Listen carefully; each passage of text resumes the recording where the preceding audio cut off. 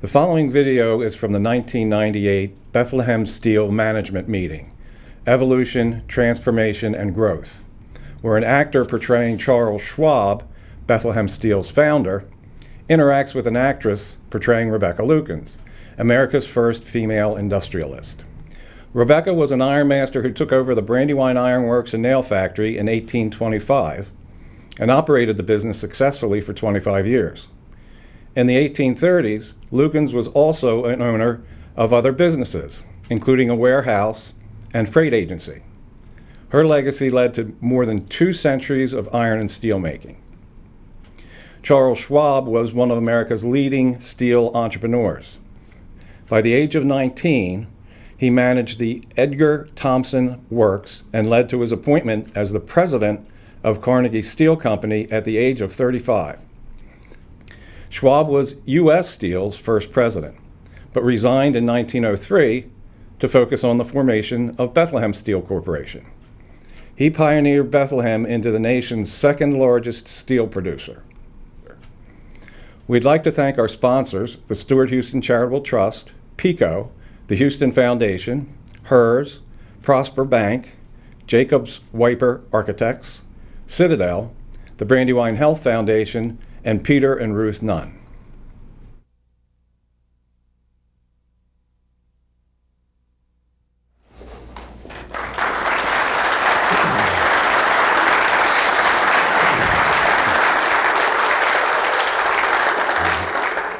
I'm Charlie Schwab, and I recognize you as Rebecca Lukens. It's an honor to meet you, Mrs. Lukens, the first female chief executive officer of any industry in America. And not just any industry, but the best, iron and steel. Thank you, Mr. Schwab. Thank you for the introduction and thank you for the title. But in my day, I was known simply as Mrs. Lukens of the firm of Rebecca W. Lukens and Company. Now, I know that the iron business is the best, but why do you say that it is? Because the consumption of iron and steel is what determines the relative height of civilization and power among nations. Well, then, if that is true, the British certainly lead us in this. And not any longer, Mrs. Lukens. Since 1880, we've been the best.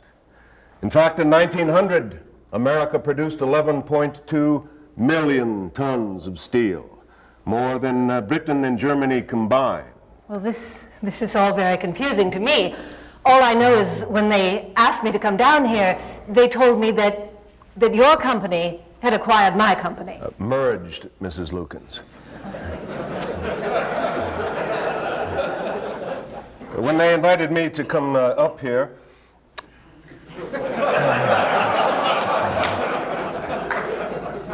I was told that it was because our companies have merged. Merged, Mr. Schwab. Call me Charlie. Oh, Mr. Schwab, I have not known you long enough. Well, I do know a few things about you and your excellent company. But what I want to find out is, how did you, a widow in the 19th century, learn the iron business? Oh, I learned the iron business long before I was widowed. I learned the business as a child at my father's side. My family were members of the Society of Friends, which people now call Quakers.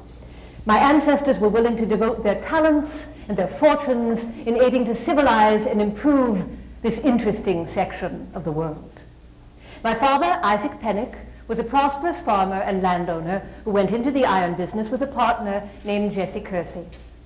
Members of the Society of Friends believed that boys and girls should be educated equally, and so my father taught me to read, write, and calculate at the same time that I learned to sew, cook, and quilt. At the age of 12, I was placed in a boarding school where chemistry and French claimed my attention, and I devoted myself with untiring zeal to their acquirement.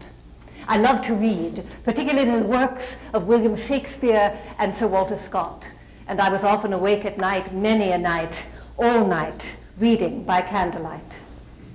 I was my father's favorite child, and I rode with him daily to the mill, learning at his side, as a son would learn, the family business. Fascinated, I would watch as the iron slabs or blooms, which we purchased from other forges, were reheated, rolled into sheets, and then slit or cut with shears while they were still warm. The mill was an exciting place, and sometimes it was fraught with peril, for like life itself, it was dependent upon the conditions of nature. If there was a heavy winter with freezes, the wheel would not turn at all. If it was a dry summer and the creek was low, then the wheel would stick. And then the workman with much energy and some fear would leap onto the wheel and try to get it moving, for if it stuck, the rolls might get cracked or very badly damaged. Oh yes, the mill was a very exciting place for a child, and it was there that I first learned all about iron. But how about you, Mr. Schwab? How did you learn your business? What was your education?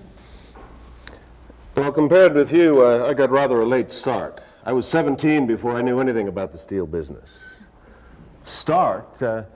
I weighed over 10 pounds when I was born in the backwoods of Pennsylvania, not far from here. As a boy, I worked in my father's livery business, driving wagons and singing loudly.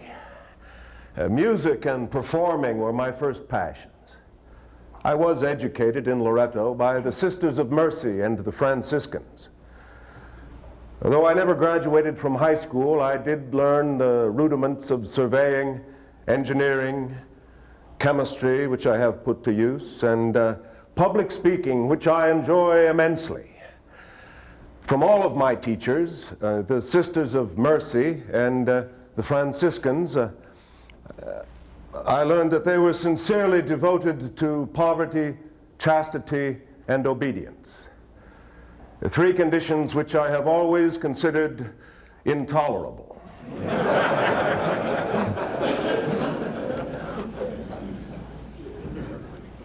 Before I was 17, I found myself in love with a lovely young actress from Pittsburgh, Mary Russell, who had come to Loretto to visit her older sister. We had great dreams of marriage and stardom on the great stages of the world, but no one would approve our marriage. We decided to elope. But before we could, Mary was sent abruptly back to Pittsburgh, and my parents sent me to Braddock, where in my first store-bought suit, I was to sell sugar and cigars in a little store. Now, what I thought was a terrible luck turned abruptly into astonishingly good luck the instant I met Captain Bill Jones. Captain Jones was the best known and most admired man in Braddock, the man who ran the whole steel mill, Carnegie's finest. I could sense the excitement of Captain Jones's life, his passion for his work, and the scope of it. The American steel industry was young then, vigorous, powerful, growing just as America was growing. I sensed it, and I wanted in. I asked Captain Jones for a job. He asked me if I could drive stakes. I said yes, and I can do something else yet. I know surveying. I was hired for $1 a day. Now, I didn't really know surveying. But I operate on the principle of pretend that you know, and if you don't, find out mighty quick. I studied up that night, and the next day I was able to help survey. And I asked questions of all the men about their different jobs, careful questions that would not expose my ignorance, so I could find out a lot of things about their work. And at night I studied borrowed books and learned more and more. Captain Jones liked this. He moved me around from department to department so I could learn the whole plant operation, job by job. And in each job I always offered something else yet. Coming up with new ideas to cut costs, improve production. But really all I was trying to prove was to Captain Jones that I was indispensable. I learned so much from Captain Jones. He put me into situations where I could learn things from other people as well, and he was like a father to me. But you learned the iron business from your real father. Well, from my father and from my husband. I little knew that the iron business was going to become my life. When I was 18, I accompanied my father to Philadelphia, where I met the man with whom I was to fall in love, Dr. Charles Lloyd Lukens. Dr. Lukens was tall and commanding, like the hero of a novel by Sir Walter Scott. I had never met anyone with a mind so congenial to my own. We were married in 1813 at an open meeting of the Friends of Fallowfield, exchanging vows of fidelity and affection until death should separate us.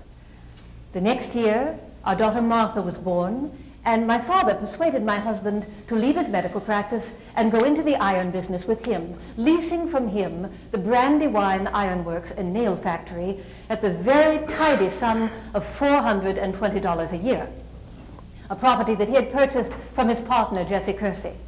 Now, everything about this property, the house, the mill, the farm, was in a forlorn and a wretched state. But my father said that what we put into it, we would keep, for at his death, the property would be ours. While I tended to the domestic duties at hand, my husband set about to put things right at the mill. My husband had an inventive mind.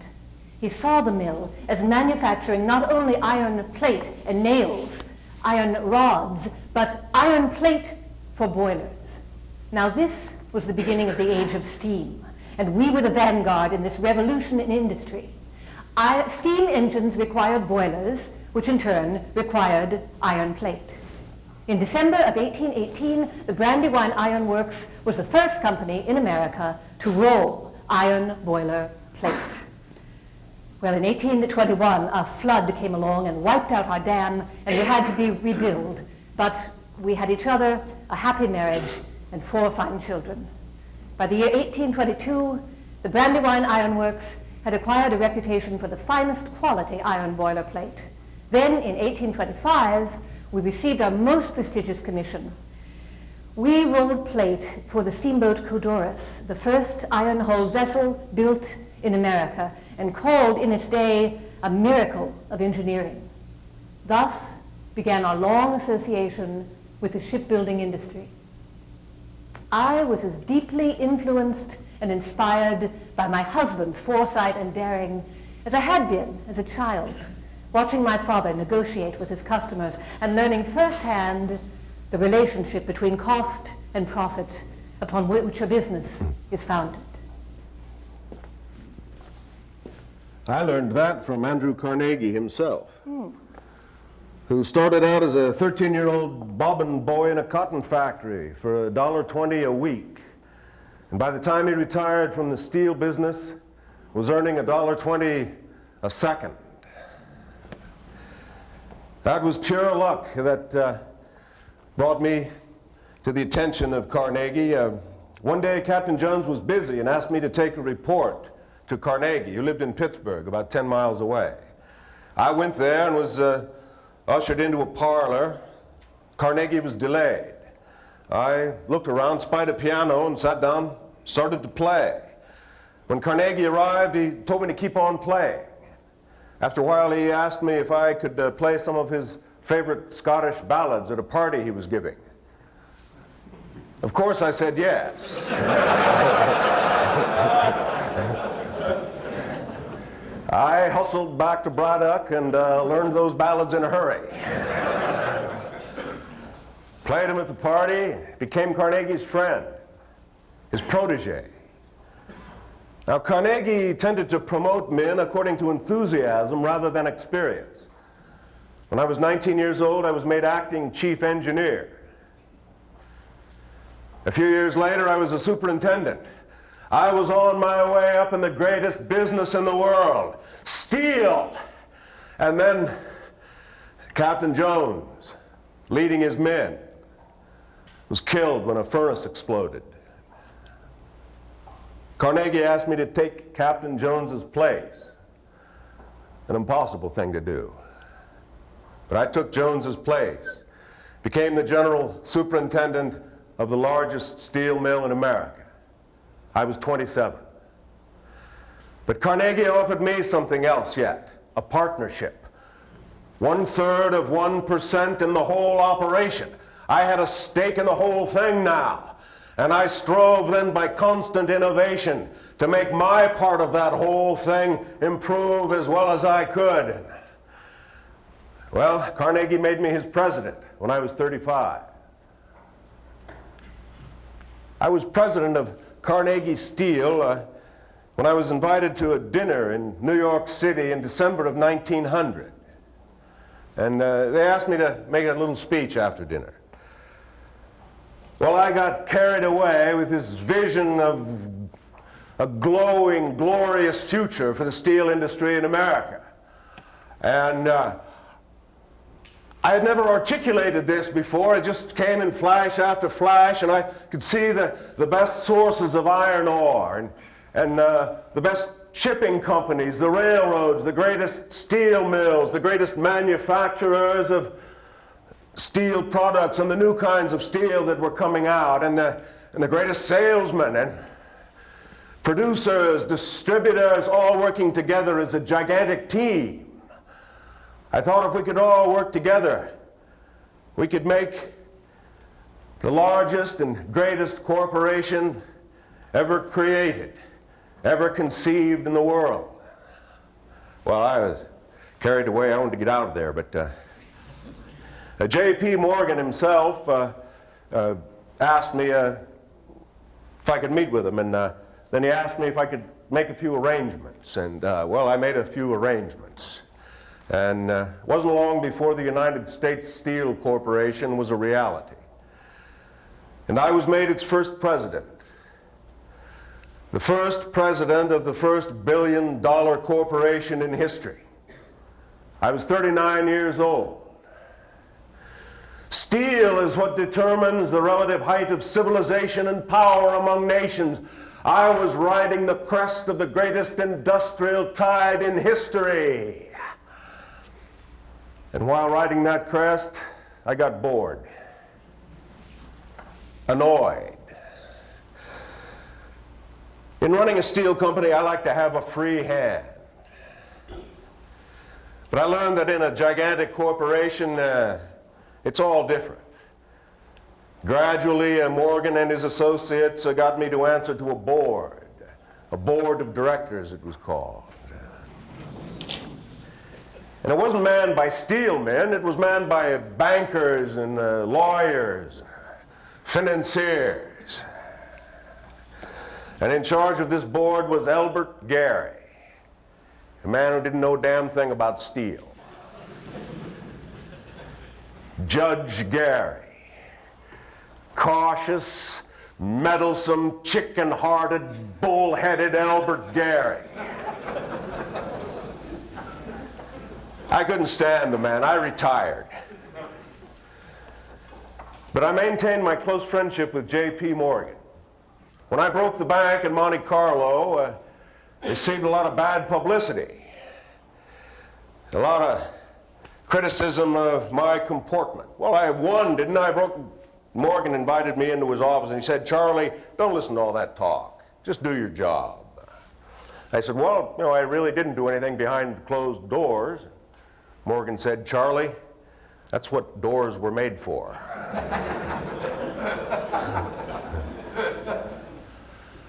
Well, I wanted my own steel company. So after a few difficulties in the shipbuilding business, I purchased Bethlehem Steel. My effect in Bethlehem was, as one employee said, and I quote, "Even in the lower rungs, we could feel the breeze of the new personality." He radiated vitality. He was tireless. He was warm-hearted and genuine, not at all the old school type. I liked that. Now, the old school type had been in charge at Bethlehem for a long time, cautious, conservative, and I might even say timid. I was determined by constant innovation to make Bethlehem Steel the premier steel company in the world. Well, U.S. Steel, of course, was the largest. But I took what was called the leftovers of U.S. Steel. I took the leftovers and made them into the best. into the greatest steel corporation in just a few years. And by greatest, I mean the most innovative, the boldest, the quickest producer of high-quality, low-cost steel in the world. Low-cost steel? Mr. Schwab, now, the only steel I know of that is used to make knives and swords, that is far from inexpensive. I had forgotten, Mrs. Lukens.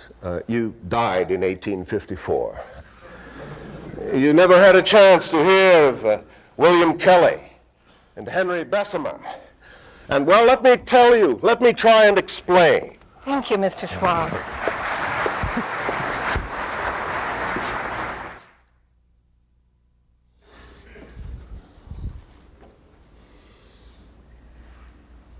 Thank you for explaining to me what has happened in the steel business since my death. But tell me, I'm very curious, how did you bring Bethlehem Steel to the position of prominence that you have described to me? Well, I'm just a steel puddler from Pittsburgh. When I look back over those remarkable years, I can't for the life of me understand the whole thing. I can just be glad it all happened. Here I am, a not very good businessman, a second-rate engineer. I can make poor mechanical drawings. I play the piano after a fashion, compose faulty foxtrots. In fact, I am one of those proverbial jack-of-all-trades who are usually failures. Why I am not, I can't tell. It was the gray beam. The gray beam? The gray beam.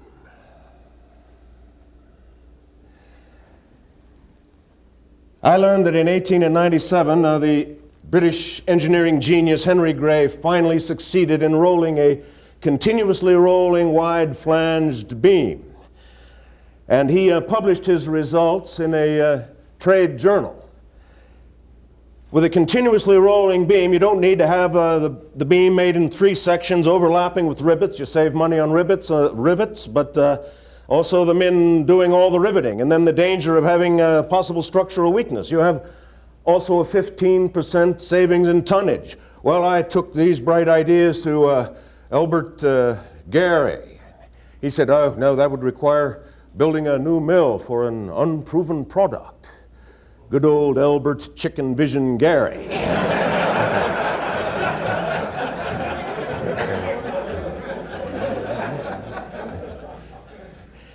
So I obtained exclusive rights for Bethlehem. And we started building the gray mill to make the gray beam, also known as the I-beam, the H-beam, the Duluth beam, the Bethlehem beam. Some of the boys call it the Charlie beam.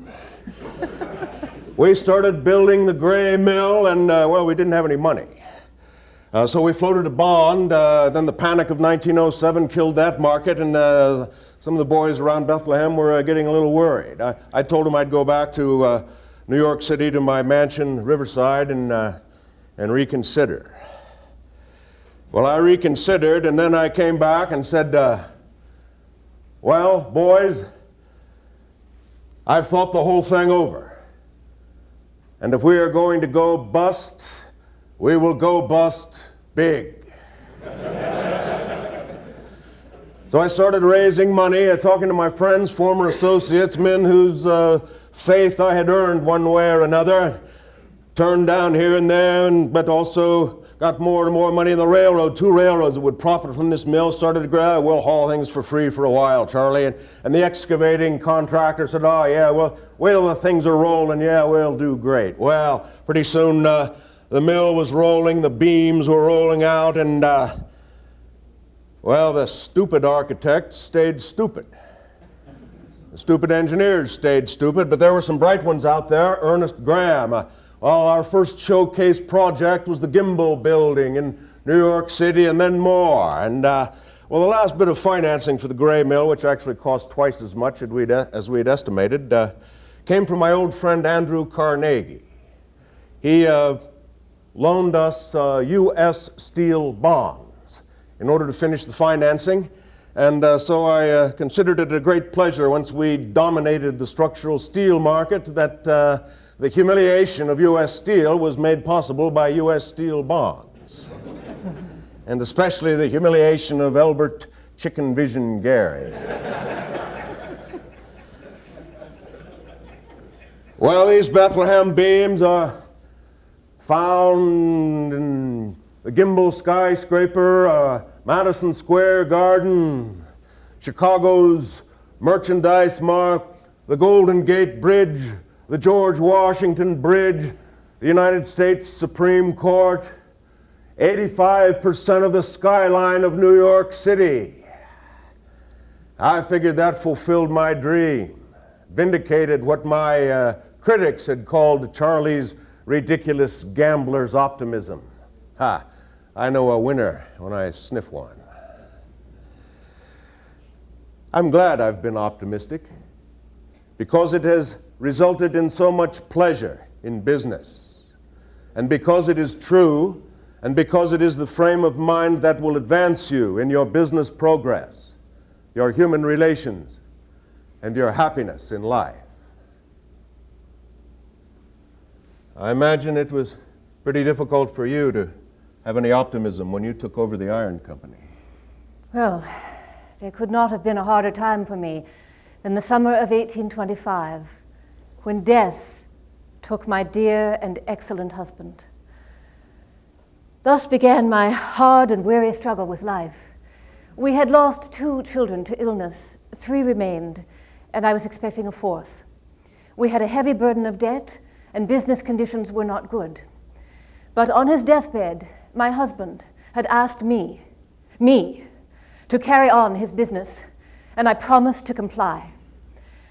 My father had not left the property to us, as he had many times promised, but at his recent death had left all in the control of my mother. My mother and I had never been close. She was stern and she was difficult, and she favored my younger brother. My mother wanted me to leave Brandywine, said it would be folly for me to remain. I pleaded with her, urging my promise to my dying husband and my duty to my children. My mother thought that, as a female, I was unfit to carry on the business. I firmly but respectfully told her that I must make the attempt. Then she told me that she wanted me to pay her the whole of the debt that my father had held against my husband. I said that I would do this as soon as practicable, together with every other debt that my husband owed. So, with some fear, but with more courage, I began to struggle for a livelihood. Necessity is a stern taskmistress, and my every want gave me courage. 1 year after I took over the mill, the first steam locomotive began to run out of Hoboken, New Jersey. Now, shipbuilding had been our primary business, but this new locomotive gave me encouragement. As time passed, we negotiated our share of business with the new railways, including the Philadelphia and Columbia Line. The Brandywine Iron Works, as Lukens' company was then still called, began to roll plate for locomotives. Now I look back and I wonder at my daring. Daring. Now, there's a principle I endorse in industrial endeavors and games of chance.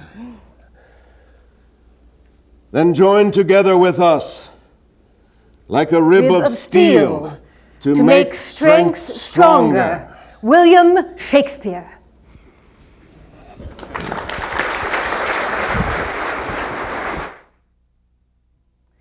Mr. Schwab will join me momentarily. I believe he's looking for some gambling facilities on the premises. I don't know if he will find them.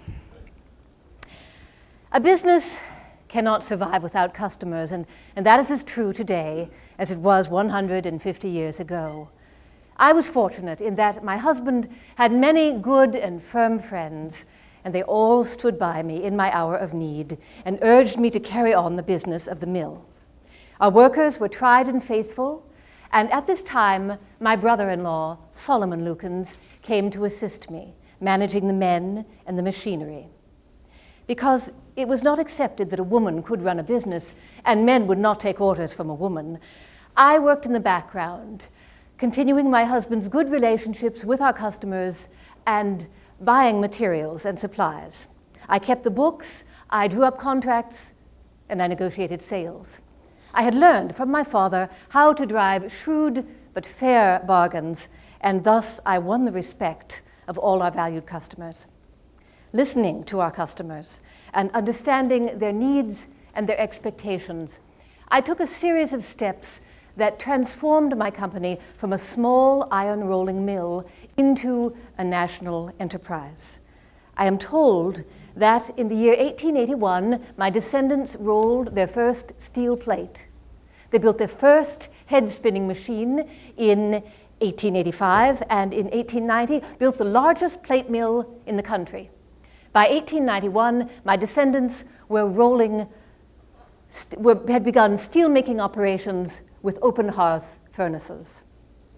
I'm told that in the early 20th century, my grandson, Abraham Houston, who was the president of Lukens from the years 1897 until 1925, wrote to his brother, "I am constantly keeping in mind Father's injunction to keep up with the times and stay ahead rather than fall behind." That is how we approached our plant and our equipment, and it is also how we approached our customers. We invested in new products and new facilities to meet their ever-changing needs. Sometimes those needs changed abruptly. In 1914, Bethlehem Steel became a Supplier of the Year for the Royal Navy. The war had started and they sent a secret cable to me. Now, why didn't they send it to U.S. Steel? They're too big, too ungainly, too slow. They sent it to me. Well, the very night I received the cable, Arch Johnston and I got on the Olympic and steamed across. Now, this was an elegant ocean liner, luxury liner, but there were only 19 passengers. And we had to wear life jackets the whole time because the German submarines had orders to sink us on sight. Well, on the sixth day, 4 German submarines were spotted. They did hit the other ship that was with us, the Audacious, and as it was going down, we came over there to rescue 902 people, and we were directed, instead of through the English Channel, up and towards Glasgow. And there we were taken into custody. Well, I was released alone to go and meet with the Admiralty. I met the Lord Kitchener, Lord Fisher, and Winston Churchill. Now, until this time, the largest contract we'd ever had was $10 million with the Argentine Navy. The Admiralty offered me $135 million for howitzers, landing guns, artillery shells, and shrapnel. And then what surprised me was they said, in addition to their 50 submarines, they wanted me to sell them 20 submarines. Well, it's pretty easy to sell something to somebody who really wants it.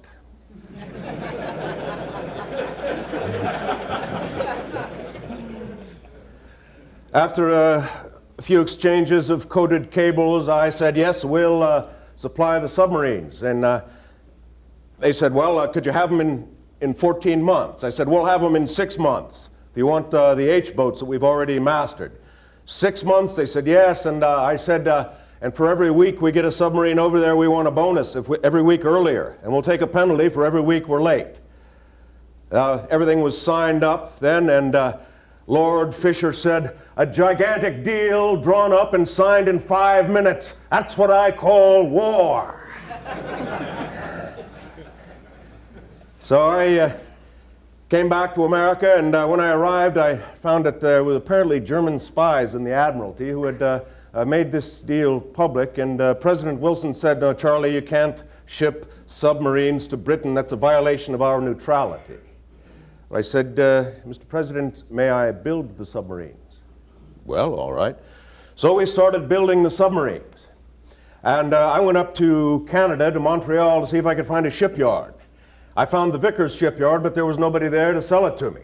So I got on the Adriatic and went back to England and stopped in to visit the Admiralty, and there's Churchill with his cigar pacing, and he says, Schwab, you swine, you deceitful person, you can't fulfill this contract. We're losing time. We'll probably lose the war because of you. And you took a $15 million advance. And he just kept pacing and scolding and huffing, and I just sat there quietly. Finally, Lord Fisher said, Winston, settle down, please. Let's find out if Mr. Schwab has anything at all to say. And I said, it'll be unnecessary to change any of the contracts or even to delay the delivery. All I need is the Vickers shipyard in Montreal. And Lord Fisher said, well, I'll take care of that. And Churchill immediately changed his tone and said, if you want submarines, come to Bethlehem.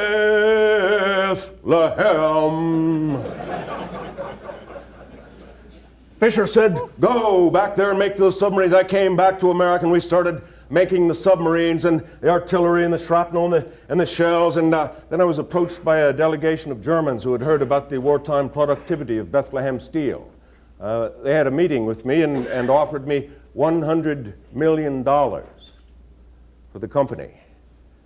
Would have made me one of the 10 richest men in America. I said, forget about it. I'm going to fulfill my contracts to the British, and you will never buy this company for any amount of money. They went back to Germany. The submarines were finished. We finished them, and then we took them apart and shipped them up to Canada, put them back together again, and they crossed the Atlantic, refueled in mid-Atlantic, and pretty soon they were patrolling the shores of England and after a while shelling the Dardanelles. Well, as the war continued, 1916 became the most prosperous year in the history of Bethlehem Steel. And it was almost entirely war materials. I said, now with all these profits, we're going to start expanding our domestic productivity, acquiring new steel mills. And the boys said, but Charlie, we're making all this. I said, settle down. This is an old tradition in this business. The first foundries over in England, what did they make years ago? Iron cannons. But when the demand for cannons went down, the stupid companies failed. The smart companies started making church bells. And when the demand for church bells went down, then they started making cannons again. And the really smart company could make church bells and cannons simultaneously. That's what we're going to do, boys, I said, and we kept expanding and retooling, listening to our customers, supplying their needs and prospering. Well, Winston Churchill and Lord Fisher have been close friends of mine ever since we all won the war together, and when they come over to America, I loan them the Loretto, my elegant private railroad car. And they ride around together in it, and I sometimes join them, and sometimes we have parties on board, and Winston Churchill and Lord Fisher will start saying, God save our gracious King, long live our noble King, God save the King. And I say, God didn't save your king, I saved your king.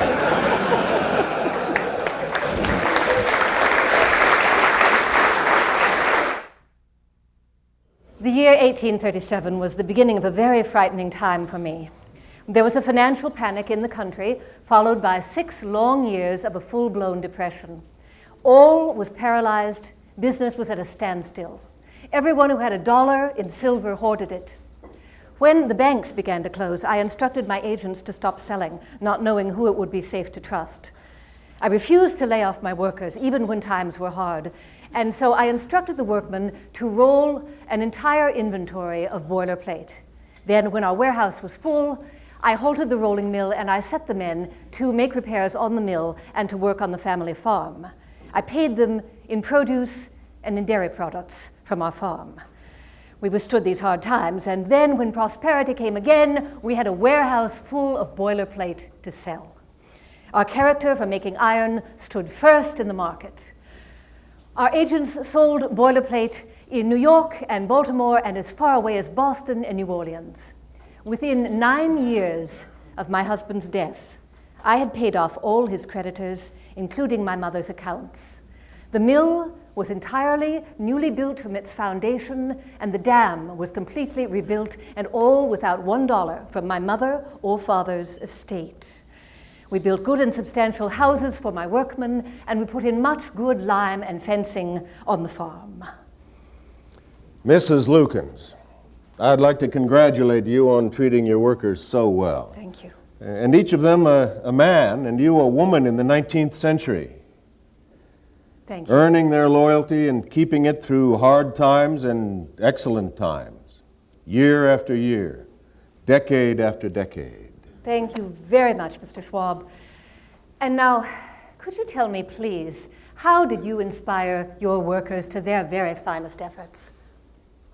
Inspire.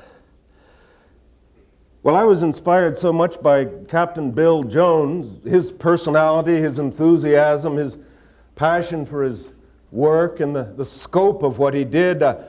I felt it was enough just to become part of the steel industry in America. That should be sufficient inspiration. And it was for me. It's not for everybody. Generally, I prefer carrots to whips. In fact, I've never brandished a whip. If necessary, I loan a whip to somebody else.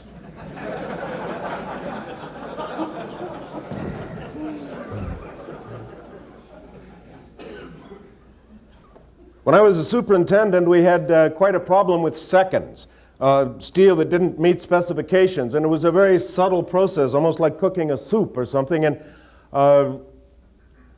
I decided to reward the team and shift that came out with the fewest seconds. I'd give them each $20 for the ones at the end of the week. Well, that was enough to pay a month's rent. So I like big carrots. And I also like surprise carrots, which are not really carrots. A carrot, you're supposed to see it and go for it. But I built a bridge once for Carnegie and Jones. It came in before expected and for much less cost. And all of a sudden, Bill Jones came up and gave me this big, ugly, spider-shaped pin. And then he laughed and gave me $10, $20 gold pieces from Mr. Carnegie. Now, that sort of surprise, I think, is nice. Now, when I came to Bethlehem, it was run by a very cautious, conservative crew, and they treated me with a good deal of skepticism, my emphasis on innovation and efficiency. And I told one fellow that his blast furnace could run so much more efficiently, and I set a goal for him. Well, he proclaimed publicly that Charlie Schwab is crazy.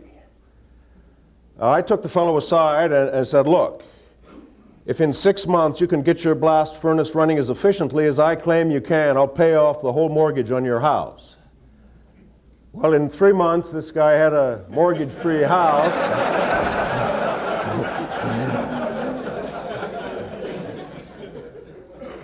And a fresh attitude.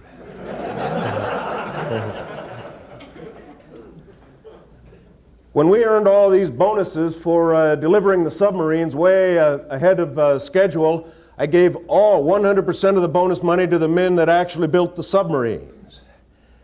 And I think huge rewards are nice, like the one Carnegie gave me, the first one back then, 1/3 of 1% of the whole operation. Then you care so much more for the whole operation.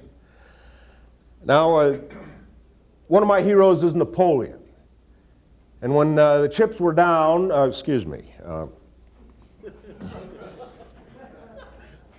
when the situation was appropriately tense, Napoleon could work for 72 hours in a row, taking occasional nap. I learned to do that myself, and in 72 hours you can greet each shift as it comes into the plant and know the men and really find out how they're doing on their jobs. I think knowing the people and offering huge bonuses is a good plan. And, well, I offered myself huge bonuses. I built my house riverside on an entire city block next to the Hudson River, 76 rooms, the largest and best pipe organ in the city of New York. Visiting opera singers from the Metropolitan would come and give me private performances of my favorite pieces of opera. And when I wasn't there, I'd be in my country estate at Loretto, not far from here, or riding around in my elegant private railroad car, Loretto, with my favorite drink, flat champagne, or playing in bridge tournaments. All of these were my form of carrots and bonuses to myself, and I wanted to enjoy them more and more, and which leads me to the question of succession. I needed to find somebody else who could take over the operation of Bethlehem Steel. Well, actually, I was on the lookout for this fellow the very first week I came to Bethlehem. And I said to my secretary, James H. Ward, I said, "Who's the best one here at Bethlehem?" He said, "Well, that's a foolish question." I said, "Well, Wardy, who is it?" He said, "Well, it's E.G. Grace." I said, "Well, then that's the one." Well, as a reward, I sent Eugene Gifford Grace, who was 14 years younger than I. He graduated from Lehigh University with a degree in engineering and a reputation as an All-American baseball player. He could have been a professional baseball player, but he decided to come into the steel business. As a reward for his excellence, I sent him off to the steaming jungles of Cuba. We had a very sloppily run iron ore range over there, the Uragua department, and I wanted to see if Grace could fix up this operation. Well, pretty soon it was efficient and, you might say, graceful. So I called him back to headquarters and told him, unexpected to him altogether, that I'd like you to take over full responsibility for running the whole plant. He said, "Well, okay, but on two conditions. I'll do the job. That's one condition," he said. "The second is that you keep the title of president, because I'm young and unknown, you're well known. You don't have to do any work, just give speeches." So that's our agreement. We both understand it quite well. And we agree on fundamental principles of business, although in many regards we're quite different. He's much better educated than I, a vastly superior engineer. He hates to be interviewed. I love to be interviewed. I love to reminisce. He despises the past. He says, "Never look back," and he means it. He has a short fuse.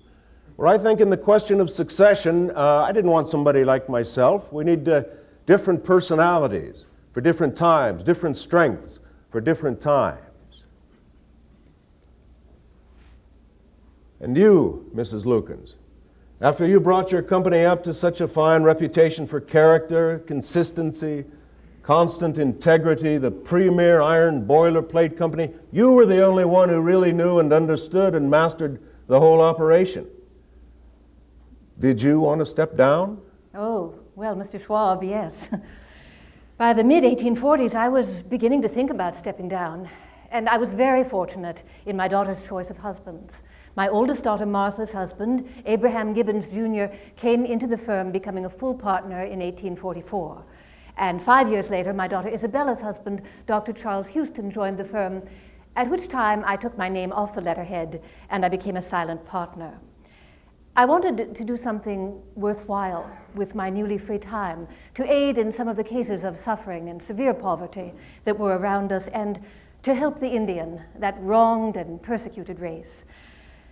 I never intended to become America's first woman industrialist, but that is how I understand. I was introduced in the National Business Hall of Fame in New York City in the year 1994. I'm even told that there is a day named in my honor. The Philadelphia State Senate named January 6th, 1994, the day that would have been my 200th birthday, as Rebecca Lukens Day. Congratulations, Mrs. Lukens.